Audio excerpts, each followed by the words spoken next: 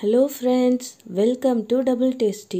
இன்னைக்கு நம்ம சேனல்ல மணக்க ஒரு சூப்பரான சக்கரை பொங்கல் எப்படி செய்யறதுன்னு பார்க்க போறோம்.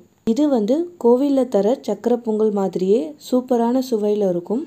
வாங்க எப்படி செய்யறதுன்னு வீடியோக்குள்ள போய் தெரிஞ்சுக்கலாம். வீடியோவை ஸ்கிப் பண்ணாம பாருங்க. அதுக்கு முன்னாடி Double Tasty சேனலை சப்ஸ்கிரைப் பண்ணிக்கோங்க. கூடவே பக்கத்துல இருக்க பெல் ஐகானையும் கிளிக் பண்ணிக்கோங்க. இது செய்யறதுக்கு இந்த டம்ளர் அளவில் நான் ஒரு 1/4 டம்ளர் அளவுக்கும் கொஞ்சம் கூடுதலாக பைத்தம்பருப்பும் 3/4 டம்ளர் அளவுக்கு பச்சரிசியும் எடுத்திருக்கேன்.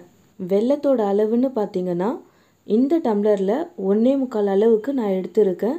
நீங்கள் இனிப்பு கூடுதலாக சாப்பிட்றவங்களா இருந்தால் 2 டம்ளர் வரைக்கும் தாராளமாக எடுத்துக்கலாம். இப்போது இது ரெண்டையும் நான் கலந்துக்கிறேன்.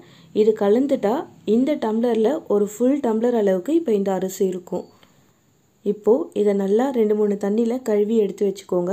இதை ஊற வைக்கணும்னு அவசியம் இல்லை. இப்போது குக்கரில் 4 கிளாஸ் தண்ணி ஊற்றிக்கிறேன். நீங்கள் எந்த கப்பில் அரிசியை மெஷர் பண்ணுறீங்களோ அதே கப்பில் 4 கப் தண்ணி சேர்த்துக்கோங்க. இப்போது கழுவி வச்சுருக்க பருப்பையும் அரிசியும் இதில் சேர்த்துக்கலாம். இதை ஒரு வாட்டி நல்லா கலந்து விட்டுட்டு இப்போது குக்கரை மூடி வச்சிடலாம். 4 விசில் வர்ற வரைக்கும் நம்ம வெயிட் பண்ணலாம். 4 விசில் வந்துடுச்சு. இப்போது அடுப்பை ஃபுல்லாக லோ ஃப்ளேமில் வச்சுட்டு ஒரு 5 நிமிஷம் வரைக்கும் அப்படியே வெயிட் பண்ணுங்க. அதுக்கப்புறம் அடுப்பை ஆஃப் பண்ணிடலாம். இப்போது குக்கர் ப்ரெஷர் அடங்குறதுக்குள்ளே நம்ம வெல்லம் கரைச்சி எடுத்துக்கலாம். ஸோ ஒரு பாத்திரத்தில் வெல்லம் சேர்த்துட்டு 3/4 டம்ளர் அளவுக்கு நான் தண்ணி சேர்க்குறேன். நீங்கள் 3/4லேருந்து 1 டம்ளர் அளவுக்கு நீங்கள் தண்ணி தாராளமாக சேர்த்துக்கோங்க. வெல்லம் கொதிக்கணும்னு அவசியம் கிடையாது. இது கரைஞ்சா மட்டும் போதும். ஸோ அது வரைக்கும் நம்ம வெயிட் பண்ணலாம்.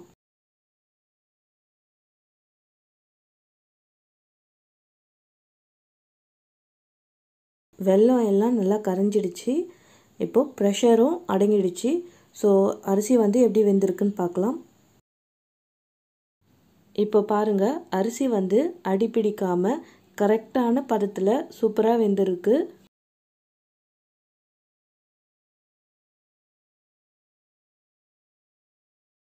இதை நல்லா கலந்து விட்டுட்டு நம்ம கரைச்சி வச்சிருக்க வெல்லத்தை இதில் சேர்த்துக்கலாம்.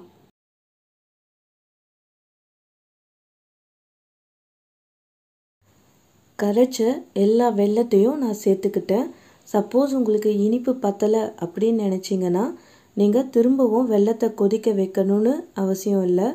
கொஞ்சமாக வெல்லத்தை நுணுக்கி இந்த சாதத்திலே சேர்த்துருங்க. இந்த சூடுலேயே வெல்லம் கரைஞ்சி நமக்கு தேவையான இனிப்பு கிடைச்சிடும். வெல்லம் எல்லாம் நல்லா சேர்த்து கலந்து விட்டாச்சு. இப்போ பாருங்கள், சூப்பரான கன்சிஸ்டன்சி வந்துடுச்சு. இந்த டைமில் ஒரு 3/4 டீஸ்பூன் ஏலக்காய் தூள் சேர்த்துக்கலாம்.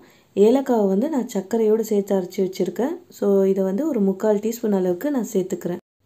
அடுத்ததாக இதில் நம்ம முக்கியமாக சேர்க்க வேண்டிய பொருள் பச்சை கற்பூரம். பச்சை கற்பூரத்தை உணவில் சேர்க்கறதுக்கு 2 காரணம் இருக்குது. ஒன்று டேஸ்ட்டை நல்லா எடுத்து கொடுக்கும். 2வது, எந்த உணவில் நம்ம சேர்க்குறோமோ அந்த உணவு சீக்கிரம் கெட்டு போகாது. ஆன்மீக ரீதியாக பார்த்திங்கன்னா பச்சை கற்பூரத்துக்கு தனி சிறப்பே இருக்குது.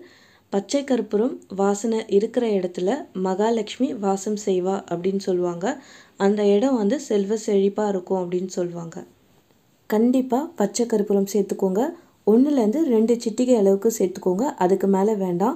ஸோ இதை சேர்த்திங்கன்னா தான் நீங்கள் கோயிலில் சாப்பிட்ற மாதிரி உங்களுக்கு சக்கரை பொங்கல் சூப்பராக கிடைக்கும். இது ஒரு பக்கம் அப்படியே இருக்கட்டும். அடுத்ததாக கடாயில் 75 ml அளவுக்கு நெய் ஊற்றிக்கலாம்.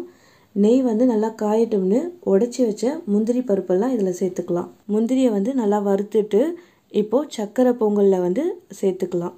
இப்போது அடுப்பை லோ ஃப்ளேமில் வச்சு ஒரு 2-3 நிமிஷத்துக்கு இதை நல்லா கிளறி விட்டுக்கோங்க. நெய்யுடைய அளவும் முந்திரியுடைய அளவும் நம்மளுடைய விருப்பம்தான். நீங்கள் அது கொஞ்சம் நிறைய சேர்த்திங்கன்னா தான் நல்லாயிருக்கும். ஸோ உங்களுக்கு எந்த அளவுக்கு தேவையோ நீங்கள் சேர்த்துக்கோங்க. எல்லாத்தையும் நல்லா கலந்து விட்டாச்சு.